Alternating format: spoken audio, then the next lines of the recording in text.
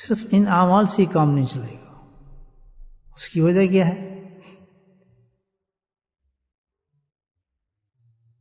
کہ اعمال نور تو پیدا کر دیتے ہیں، نور آ بھی جاتا ہے، لیکن جس چیز کا سوچنا ہے ہم نے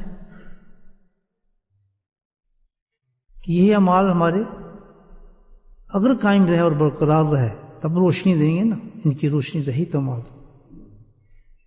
ہوتا کیا ہے کہ اس اعمال کے بدلے میں دوسری چیز ہے، وہ بڑی خطرناک چیز ہے.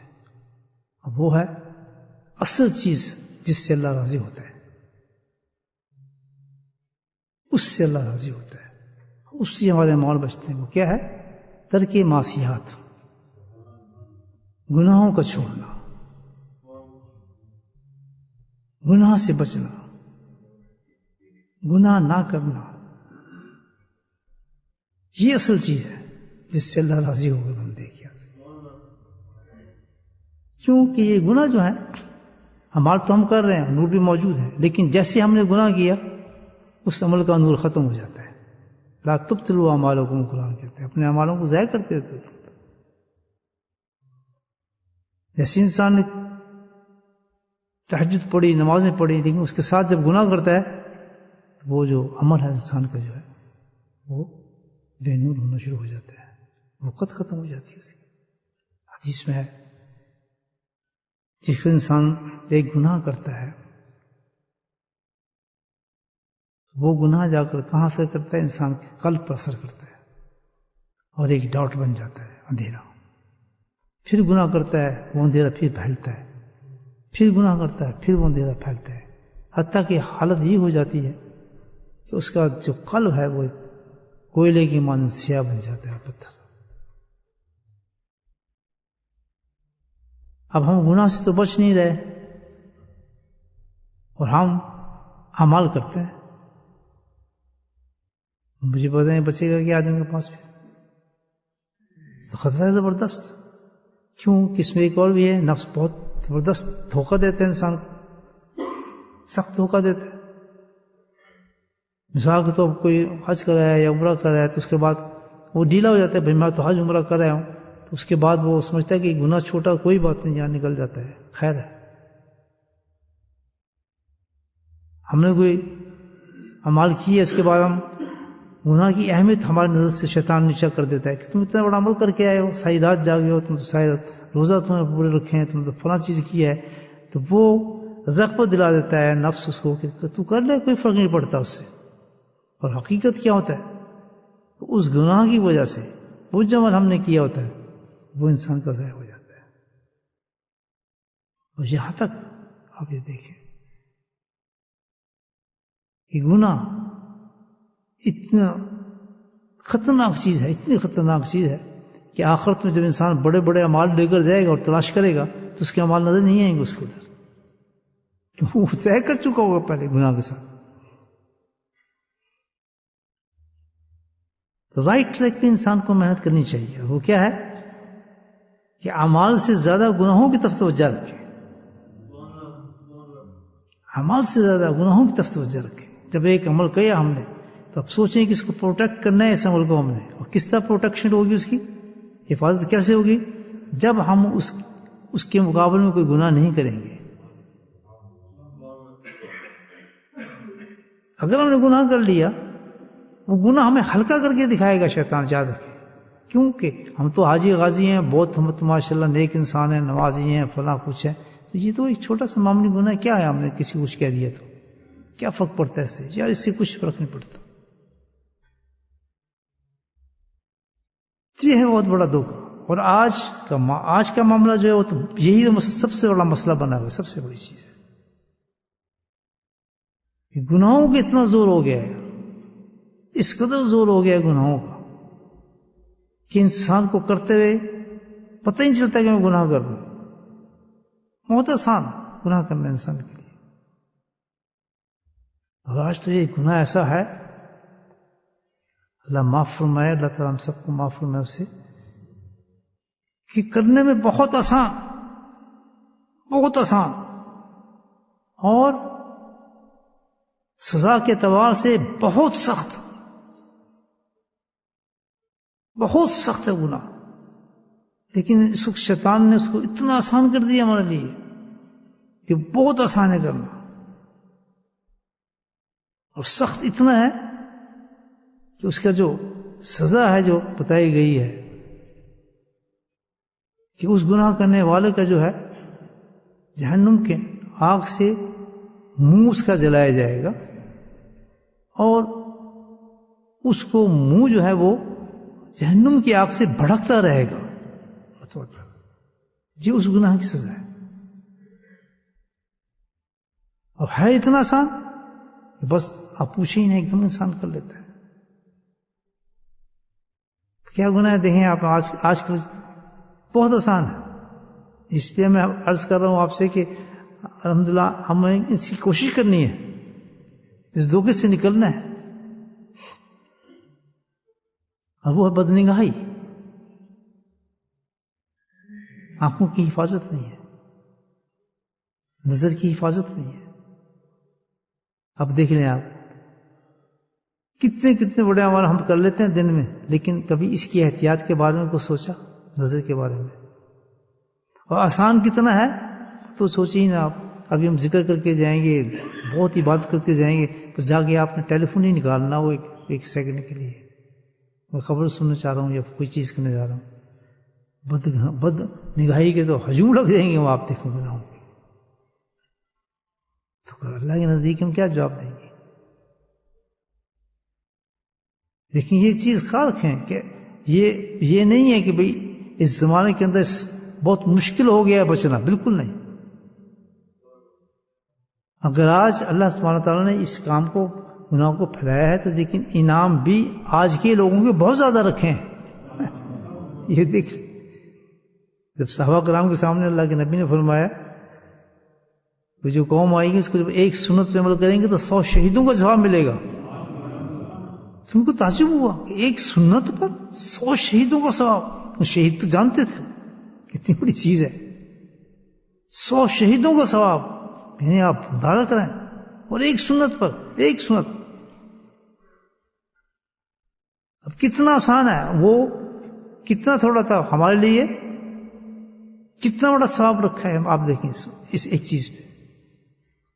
لیکن کیونکہ ہم اتنے دور ہیں اس چیز سے کہ ہمیں نیکیوں کا پتہ کچھ نہیں ہے، ہمیں تو جوتا پہننا نہیں آتا، موزہ پہننا نہیں آتا، ہمیں تو یہ نہیں پتا کہ قمیص کو کس طریقے سے پہنے، قمیص کو اتارے کس طریقے سے۔ ان تمام چیزوں کے اندر اللہ تعالیٰ نے کتنے بڑے ثواب رکھے ہیں مجھے آپ بتائیں۔ یہ نہیں معاملہ کہ بھئی یہ زمانہ ایسا ہے کہ ہم اس میں نقصان نہیں، صرف اتنا ہے کہ ہم خود کوشش ہی نہیں کرتے۔ کیوں؟ بس ہم تو نماز پڑھ رہے ہیں، ہم نے تو فلاں کام کر لی ہے، ہم نے تو فلاں چیز کر لی ہے، لیکن یہ نہیں دیکھ رہے کہ جو گناہ ہے وہ کتنا بڑا کر رہے ہیں اس کے ساتھ ساتھ۔ بزرگان دین یہ فرماتے ہیں کہ بھائی اعمال ضرور کریں، ظاہر ہے اعمال تو کرنا ہی ہے، لیکن اعمال کے ساتھ ان کو اعمال کو بچانے کا بھی اہتمام پورے کریں، کہ جس طریقے سے آپ محنت کر کے شیطان کو زیر کرتے ہیں، شیطان دوسری طرف سے باہر نکال لیتا ہے۔ بد نگاہی آپ دیکھیں کتنا بڑا گناہ ہے یہ، اور کتنا آسان ہے، آدمی ایک منٹ کرتا ہے گناہ، عورت ہو یا مرد ہو، آپ دیکھیں آج کل تو سب، کتنا بڑا گناہ ہے یہ۔ ابن مسعود رضی اللہ تعالیٰ فرماتے ہیں کہ بد نگاہی گناہ اتنے زبردست ہے یہ کہ اللہ کے نبی صلی اللہ علیہ وسلم ارشاد فرماتے ہیں کہ اللہ تعالیٰ نے فرمایا ہے، اور فرماتے ہیں اس چیز پر، یہ جو نگاہ کا گناہ ہے یہ ہے کیا؟ شیطان کے تیروں میں سے ایک تیر ہے جو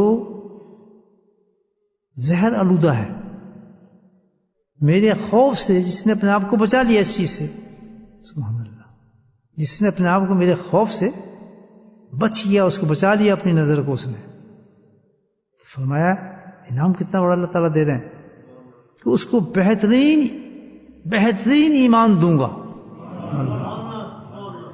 بہترین ایمان دوں گا، اور اس کی لذت بھی وہ محسوس کرے گا۔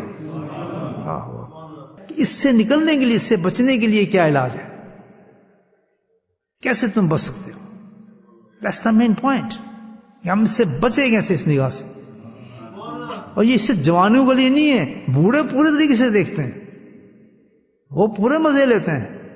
پتر ادھر میری بات تو سنیں، میں تو آپ بیٹی کی طرح ہیں، لیکن اندر شہوت موجود ہے، کیونکہ اللہ تعالیٰ نے وہ پورا کرنٹ رکھا ہے اندر انسان کے. کبھی اعتبار نہیں ان چیزوں کا.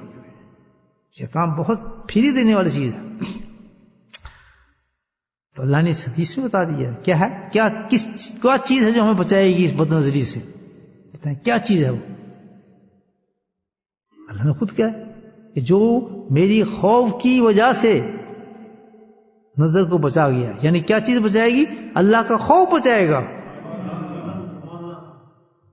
اگر خوف ہوا ہمارے دل میں تو اللہ تعالیٰ کہتا ہے خوف آیا تو تو اس بڑے گناہ سے بچ جائے گا. نہ اس سے بلکہ ہر گناہ سے میرا خوف تجھے بچا دے گا.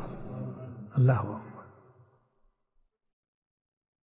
تو ہم کیوں کرتے ہیں اکٹھے کیوں پڑھیں کہ ہمارے دل میں اللہ کا خوف نہیں ہے. خوف نہیں ہے ہمارے دل میں.